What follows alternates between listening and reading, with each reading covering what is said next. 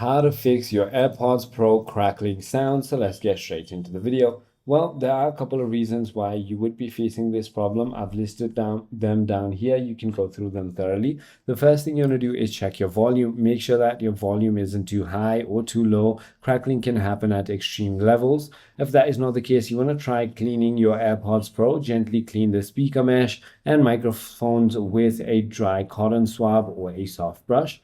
If that is not the case, you want to simply make sure that the air tips also fit well and try a different size for a better seal and audio quality.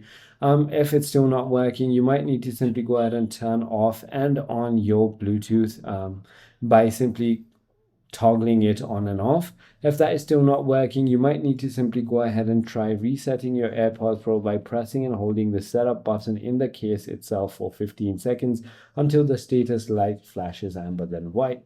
If nothing works, you want to take it to your nearest Apple store.